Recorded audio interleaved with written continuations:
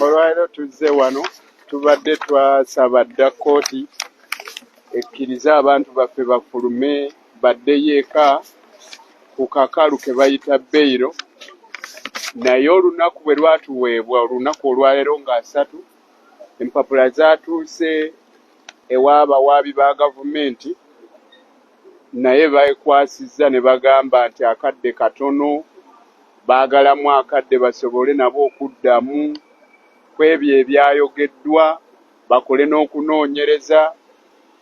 Kkooti neewalirizibwa okubongerayo obudde basobole okuddamu n'ebirayiro, era ne babalagira nti baleete okuddamu kwabwe nga 13 naye nga 14 omwezi ogwa May, ate naffe tuddemu mu nkola gye bayita rejoinder mu Lunyaanyimbe, bwe wabaawo ebipya bye baba baleese nga tetwabyogerako mu kusaba mu kusooka ng'ennaku z'omwezi 17 tubeere nga tubitaddeyo.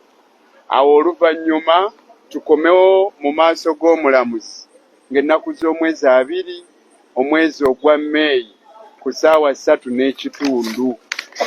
Abantu baffe mu kiseera kino bakyaliyo e Kolokooni babazizzaayo, naye ng'abantu baffe bateeberezebwa buteeberezebwa kubanga bazza emisango egyo egyogerwako, so tegunnabakka muvi. Era mu kkowe eryo obuvunaanyizibwa bwe buweerwa kkooti okubanga abantu abo esobola obbata ne baddayo eka, kuba watya singa abantu abo babatereka mu Kolokooni gamba emyaka emingi oba nga 7 ate nga tewali musango, oba tosobola bazzaawo ebyo bye baba bafiiriddwa. Teebereza okuva lwe baakwata Honorable Sseggona luli lwe baababuzaawo ne babatambuza ne bamala ne bamuwa bond, actually baamuwa beyiro. Singa tebaamuwa beyiro, singa nakati ali eyo, kuba omusango aba gavumenti tebeeteekateekanga guwulirwe. Ne bano banditukandaaliriza buli kaseera nga bagamba nti tetunnamaliriza. Nabwe kitolo okuba tetumanyi ddi lwe balimaliriza. Tusaba kkooti ebate baddeyo eka, tujja kukomawo wano nga 2 tukakase omulamuzi nti abantu bano basaanye okuddayo eka weewaawo. We have appeared today in this honorable court to urge the application for bail which we had filed earlier. After reaching here, we have learned that the prosecution needs some more time to prepare and file submissions, rather affidavits in reply and submissions, and the court has granted them some time.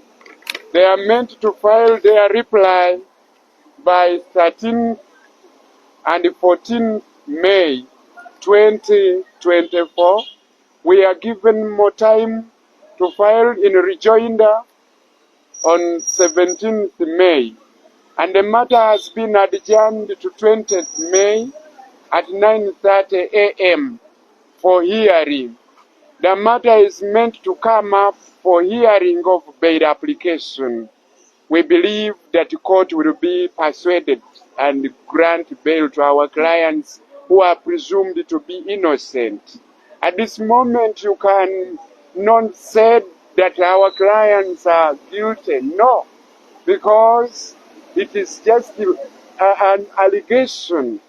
On the basis of allegations, our clients should not be made to languish on that lonely part of the world jail. They should be allowed bail so that their matters are heard later as they are free to associate with us and their families. We thank you.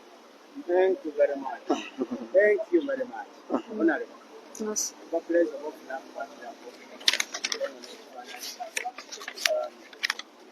Come on, Half one.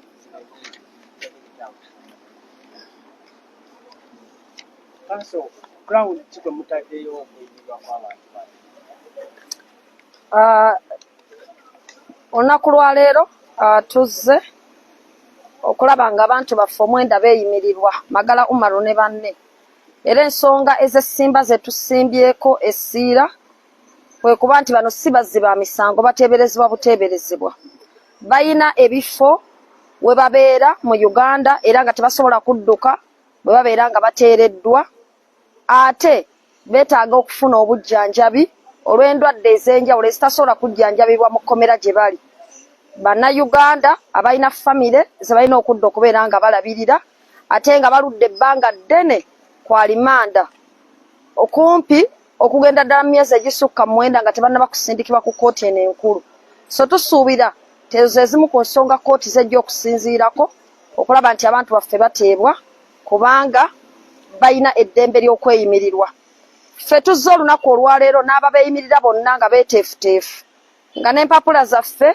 nteefuteefu bulungi ng'era ne bannamateeka weetuli mu bungi naye omuwabi wa gavumenti n'ategeeza nti siye si mwetegefu bwetyo kkooti neeyongerayo omusango guno oba okuwulirako okweyimirirwa paka nga 2 omwezi ogwokutaano 2024 tujja kubeerawo nga bannamateeka tukole ogwaffe era tulina okukkiriza nti bajja kubeera nga bafuluma kuba tebazza musango bakyateeberezebwa buteeberezebwa Etteeka lya Human Enforcement Act lirambika nti omuntu aba yatuukirizibwa asaanidde okuwonekebwa mu kkooti ensonga naye mugitunuuliddemu ffe nga bannamateeka ensonga eyo tugitunuulidde n'eriiso George era tulinze ow'ekitiibwa omulamuzi bw'anaabanga azze nga tumaze okukola ku nsonga z'okweyimirirwa kwabwe okulaba ng'ensonga ezo tulaba nga tuzigaayagaayaamu tulabe engeri gye zigenda okukwatibwamu era tusabe n'omulamuzi tulabe nga tufuna ekyo ekyetaagisiza okuba nga tufuna essaawa eno ekitusinga obukulu kati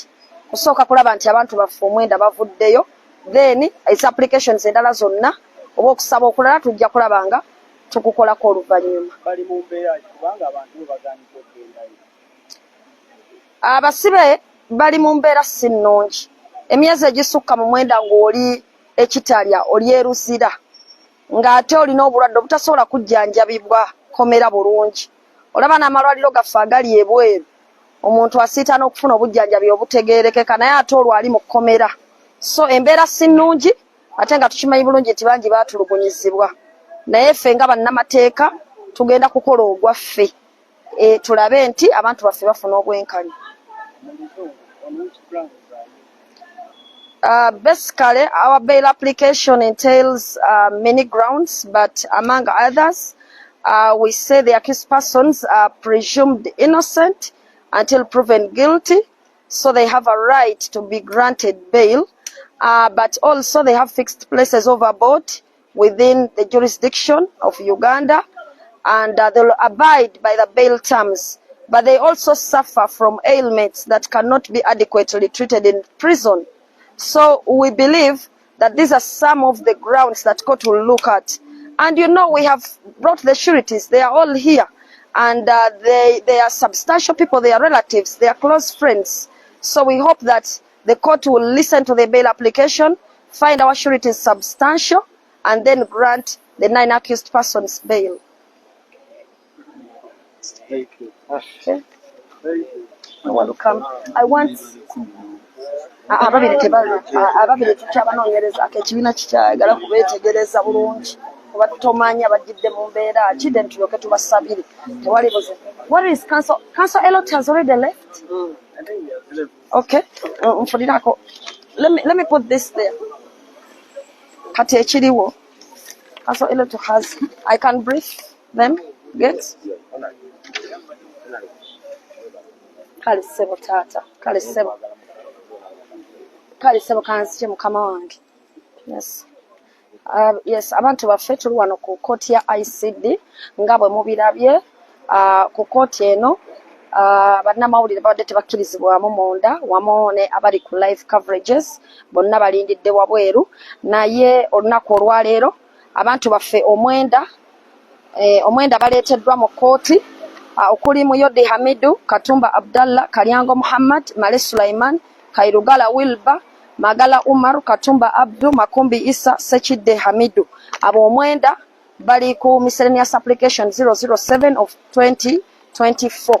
baleeteddwa mu kkooti olunaku olwaleero era nga twabateekeramu okusaba kw'okweyimirirwa. Eno ye kkooti enkulu gye twabagamba bwe tuva nabweru ku kkooti tulina kujja wano ne tusaba bail application. So basindikibwa mu kkooti enkulu era wali we mwali mumanye Kololo yavaawo kati eri wano okumpi ne public service ICD court we yadda era we tuli. Tutuuse olunaku olwaleero kubasabira okweyimirirwa naye nga bwe tutuuse mu kkooti bannamawulire bagabiddwa okukira nga balindirako wabweru wamu n'abantu bonna abazze okugoberera omusango guno ne mubeeramu abasibe bokka 9 era baleeteddwa mu buntu ne tubalabako ate ne bannamateeka bokka be bakkiriziddwa. N'olwekyo tusabye omulamuzi ow'ekitiibwa okulaba nti abantu baffe beeyimirirwa ne tugamba nti tuzze kubasabira kweyimirirwa. Naye State Attorney abadde Richard Birivumbuka yakiikiridde oluuyi oluwaabirwa gavumenti n'agamba nti si mweteefuteefu kubanga ayagala kusooka kugenda kukebera bail applications zino zonna bail applications zino zonna empapula ezireetedde ez'abashurities kugenda ku LC1 averifying ensonga ezo. Ekyo omulamuzi kyakkaanyiza naye nti amuweeyo akaseera akatono nga ka wiiki emu n'ekitundu akole ensonga eyo then abeere nga akomawo mu kkooti. So n'olwekyo awo we tuyimiridde omusango bw'atyo omulamuzi n'agwongerayo okutuuka ng'ennaku z'omwezi 2 omwezi ogwokutaano 2024. Olunaku olwo lwakujja kubasabira kweyimirirwa. N'olwekyo eyo ye update eriwo ku musango gw'Abamagala Umar wano ku ICD court. Nze Shamim Malende omubaka wammwe omukyalo wa Kampala era munnamateeka ate nga ne minisita w'ensonga z'eddembe ly'obuntu yalondebwa Oweekitiibwa President Robert Kyagulanyi Ssentamu. Mwebale nnyo mwenna abazze abooluganda bazze mu bungi wano bashurities babadde bonna bazze twagala kubeebaza mu bungi bonna abantu bazze mwebale nnyo mwebalire ddala era twagala kubeeranga tubeebaza okujja. N'olwekyo tubeere bwe tutyo era tubeererewo bannaffe mwebale nnyo mwebalire ddala.